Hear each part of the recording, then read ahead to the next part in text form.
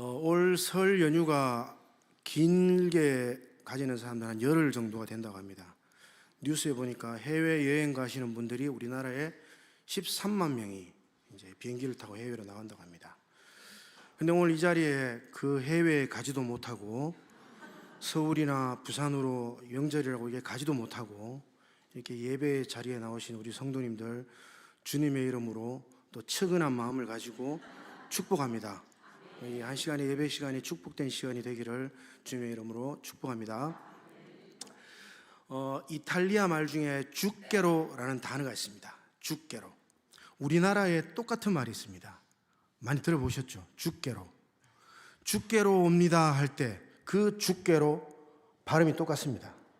뜻은 설탕이라는 뜻입니다. 설탕을 이탈리아 말로 주께로라고 합니다. 주께로 오면 달콤한 사랑을 맛볼 수 있습니다. 달고 오묘한 그 말씀이라는 찬송할 때 그 달다입니다. 나이가 들면 점점 입이 더 써진다고 하잖아요. 그래서 어린아이들만 좋아하는 것이 아니라 어르신들도 설탕이나 사탕을 아주 좋아합니다. 저는 원래 저와 우리 운남교회 성도님들이 달콤한 하나님의 말씀을 많이 읽고 또 달콤한 하나님의 사랑을 많이 체험하시기를 축복합니다. 저는 원래부터 장로교 신자였습니다. 그런데 고등학교 때 집을 떠나서 대구에서 혼자 자취를 했는데 지금은 순복음교회 목사가 된 친구를 따라서 순복음교회를 다니게 되었습니다. 이제껏 들어보지 못했던 그 성령 세례라는 단어가 아주 많이 사용되는 곳입니다. 중등부 친구들이 방언을 하고 울며 기도하던 모습을 보았고, 학교에 같은 반 친구를 전도를 했는데 교회 간 지 2주 만에 그 친구도 방언을 받았습니다. 그런데 저는 아무리 달라고 해도 주시지 않았습니다. 그때 제 입에서 나온 말은 하나님은 나를 사랑하시지 않는구나 였습니다. 지금 생각하면 아무것도 아니지만 당시에는 꽤나 심각했습니다. 하나님이 나를 사랑하시지 않으시니까 나도 그에 합당하게 나일론 신자로 살아야겠다. 그게 제가 내린 결론이었습니다. 나보다 믿음이 좋아 보이는 친구를 보면 비아냥거리고 너만 예수 믿냐라는 식으로 비꼬기도 했습니다. 아마 우리 담임 목사님을 제가 학창시절에 형 동생으로 만났다면 절대로 친할 수 없었던 그런 관계였을지도 모르겠습니다. 그렇게 하나님은 나를 사랑하시지 않는다는 확고한 신념을 가지고 저는 세상 친구들과 술도 먹고 담배도 피고 해볼 건 다 해보았습니다. 물론 교회는 열심히 다녔습니다. 그런데 예수 믿지 않는 가정에서 자란 제가 믿음 좋은 가정에서 자란 자매를 아내로 만났습니다. 첫 아이를 낳고 이 젖이 잘 돌지 않아서 제가 막걸리 먹으면 잘 돈대 라고 해서 아내에게 술도 먹였습니다. 그러던 어느 날 제가 술이 취해서 잠을 자는데 인수야 라고 부르는 소리를 들었습니다. 저는 잠결에 웃으면서 다른 사람들이 말하는 그 주님인가 보죠 라고 말했습니다. 그랬더니 저에게 다른 말은 일체 없으시고 사랑한다 라고 말씀하셨어요.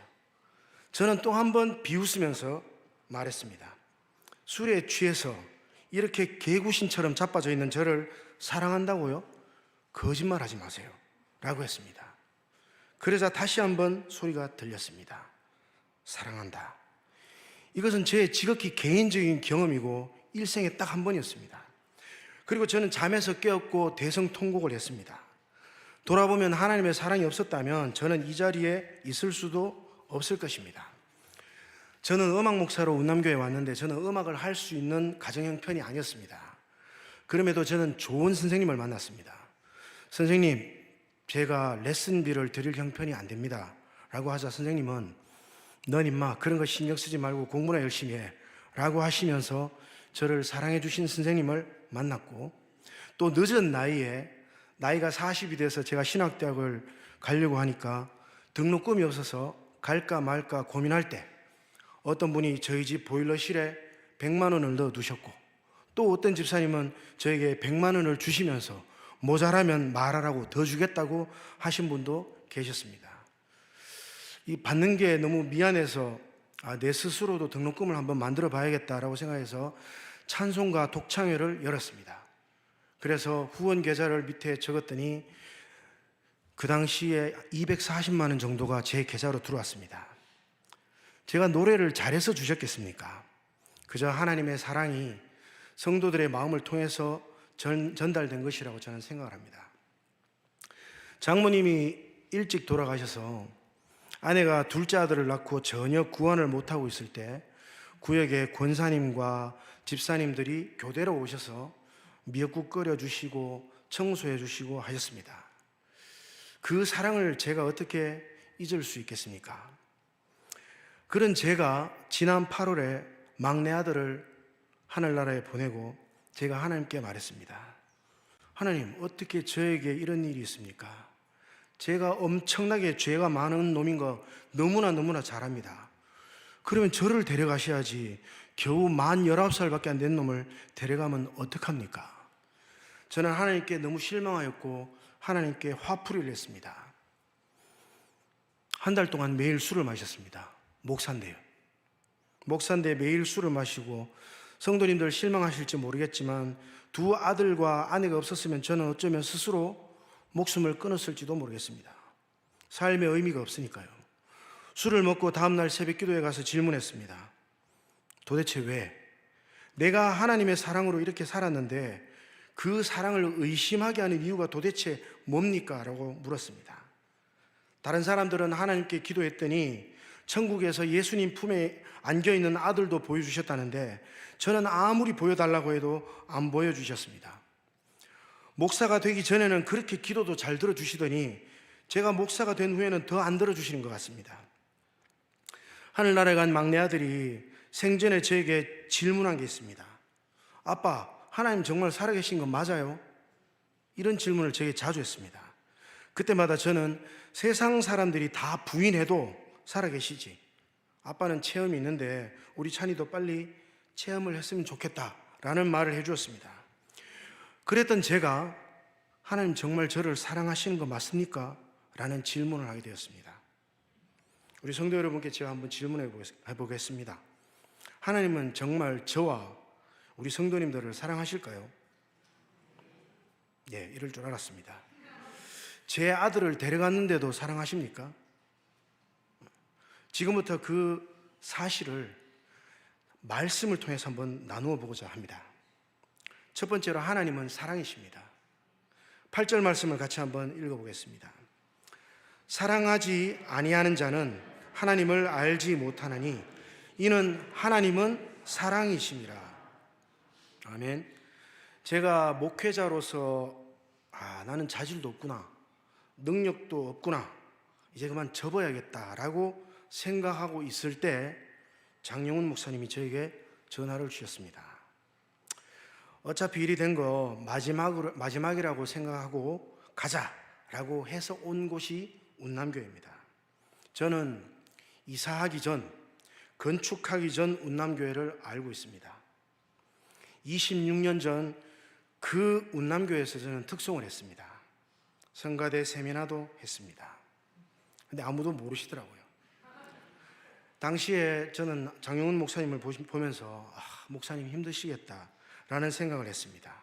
그런데 전화를 받고 나서 홈페이지를 열었더니 와, 목사님 완전 성공하셨네 라는 생각을 하며 지금의 운남교회에 오게 되었습니다.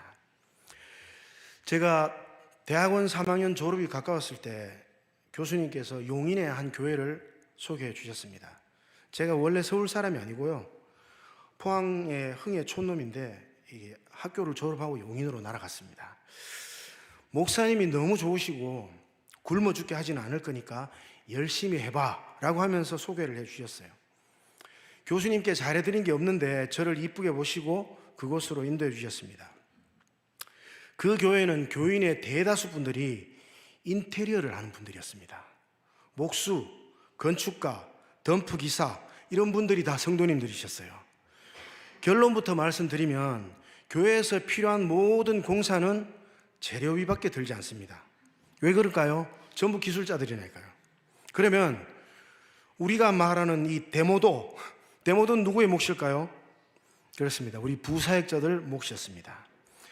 군대에서도 안 해본 온갖 노가다를 저는 교회에서 다 해봤습니다. 제가 했을 때는 엘리베이터 공사도 직접 저희들이 다 했습니다. 공사하는 도중에 허리를 저는 몇 번이나 다쳤습니다. 그러던 어느 날 담임 목사님이 교회 담 옆에 있는 나무를 좀 베라고 하셨습니다. 그 이유는 그 낙엽 때문에 민원이 들어온 거죠. 부목사님 한 분하고 안수 집사님 한 분하고 저 이렇게 셋이서 나무 베는 작업을 했습니다. 나무가 너무 오래된 거라서 또 커서 일반 톱으로는 안 되고 전기톱으로 나무 베는 작업을 했습니다. 거의 반 정도 톱날이 들어갔을 때 엔진이 멈춰버렸어요. 그래서 부목사님하고 저는 나무를 잡고 있고 집사님은 그 톱날이 끼어버렸으니까 막 빼려고 안간힘을 쓰고 있었습니다. 그 안간힘을 쓰는 중에 그 톱날이 빠지면서 멈췄던 엔진이 돌았고 그 톱날이 저의 정강이를 때렸습니다. 뭔가 뜨끔한 느낌이 들어 아래를 보았더니 제 무릎뼈를 제 눈으로 보게 됐습니다. 그 순간 피가 막 쏟아져 나오기 시작했습니다. 그리고 꿈 같은 시간이 흐르기 시작했습니다. 톱을 사용한 그 집사님은 피가 흐르는 제 무릎을 잡고 주여 주여라고 하면서 오열을 했고 부목사님은 어쩔 줄 몰라 이리저리 뛰어다니기만 했습니다. 순간 하늘이 노래지면서 저는 그 자리에 쓰러졌습니다. 몸이 추워지고 떨리기 시작했습니다. 주변 사람들이 너무나 당황해 하길래 제가 직접 119에 전화를 했습니다. 아무도 할 엄두를 못 내더라고요. 어떡합니까? 제 다리는 소중하니까 제가 전화를 했습니다. 응급실에 도착했을 때 의사가 말했습니다. 감염이 문제였습니다. 체인톱에 기름이 많이 끼어 있는데 그 기름이 제 상처 속에 다 들어간 겁니다. 매우 걱정을 하시면서 식염수를 막 들이붓기 시작하는데 생전 처음으로 경험해보는 고통이 밀려왔습니다. 예수님 생각은 1도 안 나고 제 입에서는 쌍욕만 나오기 시작했습니다. 소독 후에 수술실로 갔고 저는 잠이 들었습니다. 잠에서 소리가 들렸습니다. 노인수님 정신 차리세요. 환자분 정신 차리세요. 라는 소리가 들리고 제 귀에 마침 아까 찬송드린 나 주님의 기쁨 되기 원하네 이 찬송이 제 귀에 들리는 겁니다. 그래서 제가 천국인가 라고 생각하면서 수술실 밖으로 나오니까 교회 성도님들과 저희 집사람이 막 눈에 눈물을 흘리면서 서 있는 모습을 보았습니다.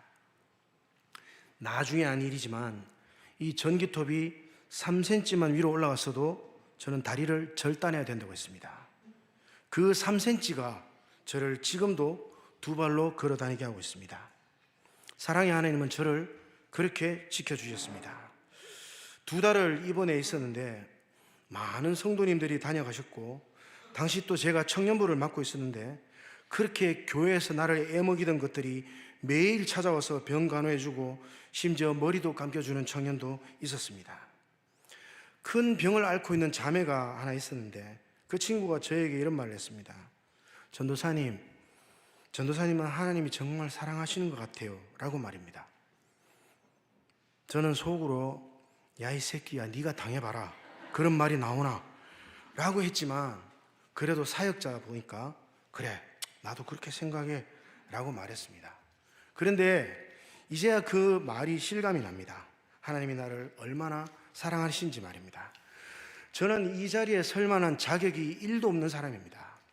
성도님들이 못 보셔서 그렇지 성질 엄청 더럽습니다. 저희 집사람이 증인입니다. 또 제 이 마음속은 너무나 더럽고 추악합니다. 이건 보여드릴 수 없지만 주님이 아시죠. 그런데 하나님은 왜 이런 저를 이런 자리에 세우실까요? 저는 찬양대원들이 찬양을 하고 행복해하는 모습을 보면 제 자신이 너무 행복합니다. 말씀을 선포하고 행여나 단 한 명이라도 은혜를 받으면 저는 너무 행복합니다. 그나마 조금이라도 하나님께 쓰임받는 것 같아서 좋습니다. 하나님께서 행복해 하시는 것 같아서 행복합니다. 하나님이 우리를 얼마나 사랑하시는지 그 증거가 무엇입니까? 바로 독생자 아들을 이 땅에 보내신 것입니다. 저는 그 누가 아무리 많은 돈과 권력과 명예를 저에게 준다 해도 제 아들과 바꿀 생각은 1도 없습니다. 그런데 하나님은 쓰레기 같은 우리를 위해서, 죄악 덩어리인 우리를 위해서, 전혀 은혜도 모르는 우리를 위해서 이 땅에 아들을 보내셨습니다. 이것이 하나님의 사랑이고 이것이 복음이고 이것이 증거입니다. 다른 증거가 뭐가 필요합니까? 이 세상에서 내 아들과 바꿀 수 있는 게 뭐가 있습니까? 저는 하나님의 심정을 이번에 정말 조금 이해했습니다. 자신의 아들을 조롱하고 핍박하고 결국은 십자가에 못 박을 줄을 알면서도 이 땅에 보내신 그 사랑을 다른 무슨 사랑과 비교할 수 있겠습니까? 바로 하나님의 사랑입니다. 오늘 우리가 같이 읽지는 않았지만 바로 밑에 10절과 11절 말씀을 같이 한번 읽어보시겠습니다. 10절 11절입니다. 사랑은 여기 있으니 우리가 하나님을 사랑한 것이 아니요 하나님이 우리를 사랑하사 우리 죄를 속하기 위하여 화목제물로 그 아들을 보내셨음이라. 사랑하는 자들아, 하나님이 이같이 우리를 사랑하셨은즉 우리도 서로 사랑하는 것이 마땅하도다. 아멘. 우리의 죄를 사하시기 위해서, 우리가 지옥 백성이 되지 않고 천국 백성 삼으시기 위해서 예수님을 이 땅에 보내신 그 사랑, 그런 사랑을 안다면 우리도 서로 사랑하는 것이 마땅하도다라고 말씀합니다. 즉 당연하다는 것입니다.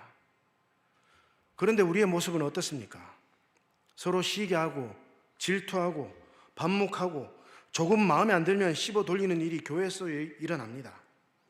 저는 처음 운남교회에 오는 것이 하나도 힘들지 않았습니다. 너무너무 행복했습니다. 우리 집사님들 목사님 오고 가는 게 힘드시겠다고 막 그러셨는데 아니요, 저는 전혀 힘들지 않았어요. 이제 3년 차가 되어 가니까 교회에서 나오는 말도 제 귀로 들리고 안 좋은 소식도 제 귀로 들립니다. 이제 알게 된 거죠.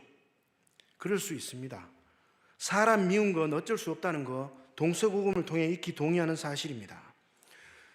그러나 저는 그런 마음이 들 때마다 하나님을 더 사랑하셨으면 좋겠습니다.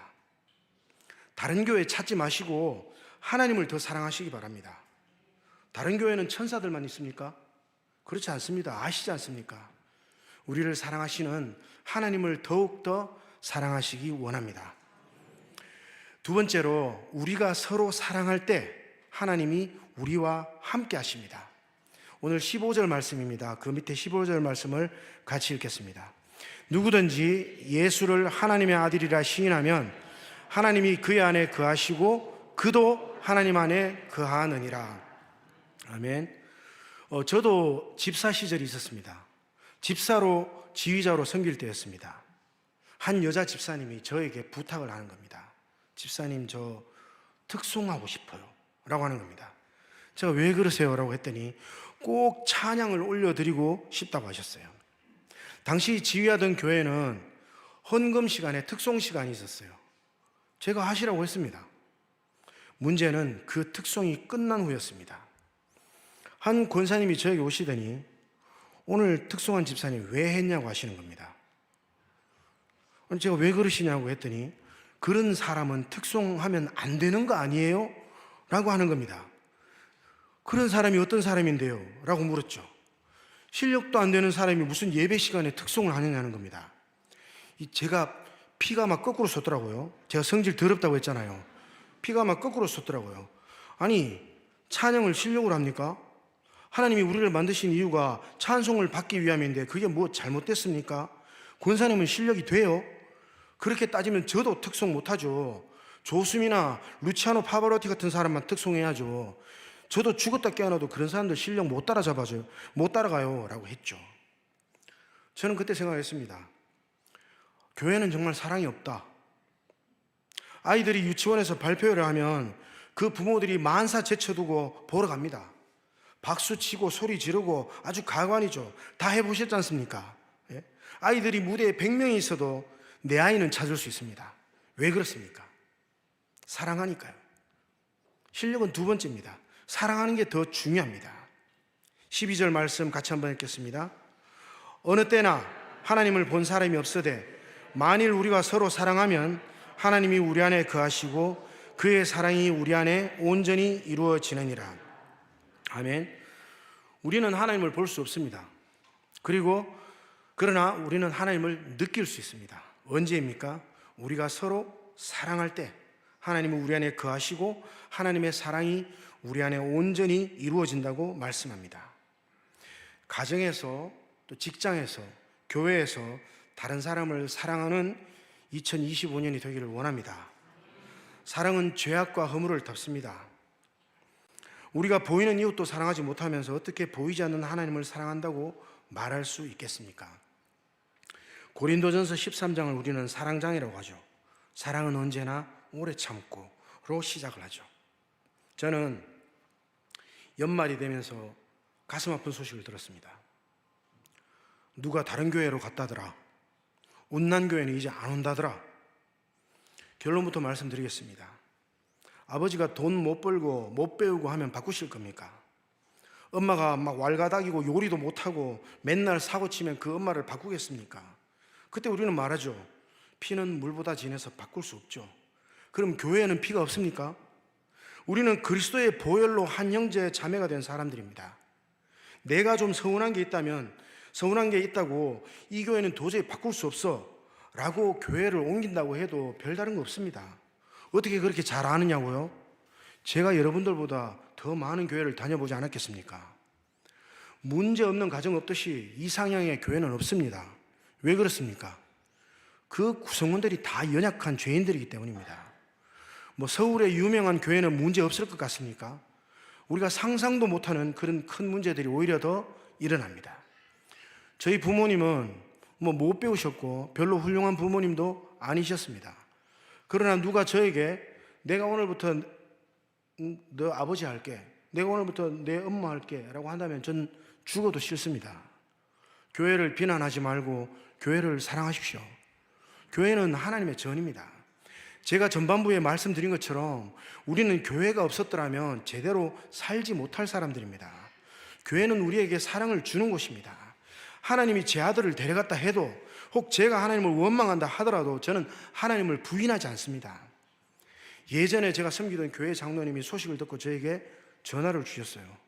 목사님, 절대로 하나님 원망하지 마세요 라는 말씀을 저에게 해주셨어요. 저 하나님 엄청 원망했습니다. 지금도 아들의 모습이 떠오를 때마다 하나님 너무 잔인하십니다 라는 말을 저는 스스럼없이 뱉습니다. 그런데 우리가 부인할 수 없는 사실은 하나님이 그런 저와 여러분들을 지금도 사랑하신다는 것입니다. 제 막내 아들은 저를 법원, 경찰서를 다 구경하게 한 아들입니다. 넌 이 새끼야 도대체 누구를 닮았냐? 라고 하는 질문은 너는 왜 그렇게 아빠인 나와 닮았냐? 라고 하는 말과 똑같다는 것을 저는 알고 있었어요. 늘 저의 아픈 손가락이었고, 내가 아들도 제대로 교육 못 시키면서 무슨 주의 종이냐라는 생각이 늘 저를 사로잡고 있었습니다. 그런데 저는 진심으로 저 새끼 죽어버렸으면 좋겠다라고 한 번도 저는 생각한 적이 없습니다. 하늘나라 가기 전 몇 달 전에 우리 애가 변하기 시작했습니다. 변하는 모습을 보고 저는 하나님께 감사했고 기대했습니다. 점점 점잖아지고 진지해져가는 아들의 모습을 보며 나중에 목사가 되어서 청소년 사역을 하면 정말 잘하겠다라고 저는 기대했습니다. 그런데 그것은 저의 생각이었습니다. 하나님의 뜻을 우리가 어떻게 감히 알 수 있겠습니까? 저는 마찬가지라고 생각합니다. 우리가 그저 다른 이들보다 가난하고 열등하고 부족하고 죄 많은 인간이어도 하나님은 우리를 사랑하십니다. 그래도 우리를 이뻐하십니다. 그것이 성경의 결론이고 제 인생의 결론입니다. 마지막으로 우리가 하나님을 사랑한 것이 아니라 하나님이 우리를 먼저 사랑하셨다는 것입니다. 19절 말씀을 같이 한번 읽어보겠습니다. 우리가 사랑함은 그가 먼저 우리를 사랑하셨습니다. 우리 한 번 더 읽을까요? 우리가 사랑함은 그가 먼저 우리를 사랑하셨습니다. 아멘. 저는 살기 싫어서 얼마 전에 쇼펜하우어라는 철학자의 책을 읽었습니다. 쇼펜하우어 들어보셨죠? 염세주의자로 알려진 철학자입니다. 그런데 아이러니하게도 이 사람은 환경이 아주 좋은 환경에서 자랐습니다. 부유한 가정에서 자랐습니다. 그리고 그가 인생에 대해서 이런 말을 했습니다. 태어나지 않는 게 최선이다. 의도치 않게 태어났다면 최대한 빨리 죽는 게 차선이다 라는 말을 했어요.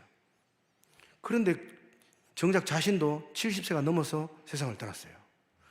이 세상에 태어나고 싶어 태어나는 사람은 없을 것입니다. 그러나 성경은 한 영혼이 천하보다 귀하다는 메시지를 우리에게 주고 있습니다. 즉, 한 영혼은 그 무엇과도 바꿀 수 없이 소중한 존재라는 것입니다. 왜 한 영혼이 그렇게 중요할까요? 그 영혼의 주인이 바로 하나님이시기 때문입니다. 지금 그 누구도 알아주지 않는 외로움과 고독 속에 살아가는 많은 사람들이 있습니다. 그들에게 있어서 절대적으로 필요한 것은 사랑입니다. 반면에 많은 사람들의 인기를 먹고 살아가는 사람들에게도 절대적으로 필요한 것이 사랑입니다. 왜냐하면 그들도 결국 참되고 진실한 사랑을 누리지 못해서 외로움과 우울증으로 괴로워하다가 자살을 하는 사람도 부지기수입니다. 아내가 있고 자식이 있음에도 그런 길을 택합니다. 인생은 너무나 외롭습니다. 가진 자도 외롭고 못 가진 자도 외롭습니다. 병든 자도 외롭지만 건강한 자도 외롭습니다. 결혼을 하면 안 외로울 줄 알았는데 결혼을 해도 외롭습니다. 왠지 아십니까? 인간은 늘 자기 입장에서만 생각하기 때문입니다. 내 마음을 누가 알아줄까? 이 심정을 누가 알아줄까? 늘 외롭습니다. 저는 아들과의 이별로 정말 이 우주에 나 혼자 덩그러니 던져진 느낌이었습니다. 아내도 남은 자식도 전혀 보이지 않았습니다. 그 어떤 말도 위로가 되지 않았습니다. 겉으로는 당당하게 살고 싶었지만 불쑥불쑥 솟아오르는 죄책감, 아들을 내가 죽였다는 자괴감으로 저는 지금도 괴로워하고 있습니다. 내년부터 오후 예배 설교도 해야죠 라는 이 담임 목사님의 말씀이 저를 너무너무 힘들게 했습니다. 아니, 내가 무슨 설교를 하지? 내 아들도 바로 키우지 못하고 지키지 못한 내가 성도들에게 무슨 설교를 하지? 라고 하는 그런 생각에 늘 사로잡혀 있었습니다. 차라리 밖에서 정신을 놓은 채로 열심히 일하는 게 훨씬 편했습니다. 생각하기 싫었습니다. 눈만 감으면 모든 게 다 내 잘못 같았습니다. 무슨 설교를 할까? 어떤 설교를 해야 되나? 몇 주를 고민하던 끝에 저에게 떠오른 단어는 바로 사랑이었습니다. 이 사랑이라는 단어는 정말 너무나 찬란한 단어 아닙니까? 여기서 말하는 사랑은 대중가요에 나오는 그런 사랑을 말하는 게 아닙니다. 바로 하나님의 사랑입니다. 우리가 하나님을 사랑하려고 아무리 노력해도 한계가 있습니다. 그럴 자격조차도 없다고 해야 더 정확한 말일 것입니다. 그런데 하나님이 저와 여러분을 먼저 사랑하셨다고 말씀합니다. 하나님의 사랑은 변질되는 그런 사랑이 아닙니다. 예나 지금이나 변함없는 사랑입니다. 성도 여러분, 하나님이 저와 여러분을 먼저 사랑한 사실을 믿으십니까? 우리가 예수 믿기 전부터 하나님은 우리를 사랑하고 계셨습니다. 그 사실을 믿으십니까? 우리가 죄를 짓고 타락을 하고 정말 마귀가 좋아하는 짓만을 일삼을 때도 하나님은 우리를 사랑하고 계셨습니다. 그리고 지금도 사랑하십니다. 그런데 우리는 어떻습니까? 조금만 내 자존심이 상하면 나 이제 운남교회 안 가, 나 이제 봉사 안 해 라고 합니다. 우리 성도님들 어떻게 생각하실지 모르겠지만 저는 담대하게 말씀드리겠습니다. 오지 마십시오. 봉사하지 마십시오. 하지만 한 가지 분명한 사실이 있습니다. 그래도 하나님은 저와 여러분을 사랑하십니다. 그런 저와 여러분을 변함없이 사랑하신다는 것입니다. 이 사실을 깨달은 사람을 우리는 그리스도인이라고 합니다. 말씀을 맺겠습니다. 어머니 마음이라는 가곡을 아십니까? 낳으실 제 괴로움 다 잊으시고 라는 노래죠. 저는 그 노래 중에 가장 와닿는 가사가 진자리 마른 자리 가라앉으시고 손발이 다 닳도록 고생하시네, 바로 이 구절입니다. 흔히 부모의 사랑을 이렇게 표현합니다. 부모는 내리사랑이라고 하지만 간혹 어쩌다가 자식들 중에도 부모의 사랑에 버금갈 정도로 이런 효도를 하는 사람들이 간혹 있습니다. 우리는 하나님의 사랑을 너무 가볍게 혹은 값없이 생각하는 경우가 많은 것 같습니다. 조금만 서운한 마음이 들어도 목사님 원망하고 교회 원망하고 상대방 원망하고 하는 게 우리 일입니다. 나는 정말 사랑을 못 받았어 라고 하는 분들 염려하지 마십시오. 이미 우리는 그런 사랑을 받고 이 땅에 태어났습니다. 이 땅에 태어난 증거가 바로 그것입니다. 그 사랑이 쉬운 사랑입니까? 내게 허물이 있으면 그것 때문에 헤어져 버리고 내가 잘못하면 그것을 모든 이웃들에게 떠벌리는 그런 사랑입니까? 그런 사랑이 아니라고 성경은 분명히 말씀하고 있습니다. 왜 우리가 서로 사랑해야 합니까? 바로 하나님의 본질이 사랑이기 때문입니다. 이 성경책을 꽉 짜서 모든 것을 다 걸러내고 남는 게 하나가 있다면 그것은 바로 사랑이기 때문입니다. 우리는 서로 사랑해야 합니다. 설교 초반부에 제 어린 시절에 하나님은 나를 사랑하지 않으셔 라는 그런 생각보다 이제는 내가 하나님을 더 사랑해야지 라는 자세로 살았으면 좋겠습니다. 하나님의 사랑은 변함이 없으십니다. 그런 하나님의 사랑을 먹고 살아가는 우리이기에 매일 그 사랑에 감사하며 하나님을 더욱 사랑하는 새해가 되시기를 주님의 이름으로 축원합니다.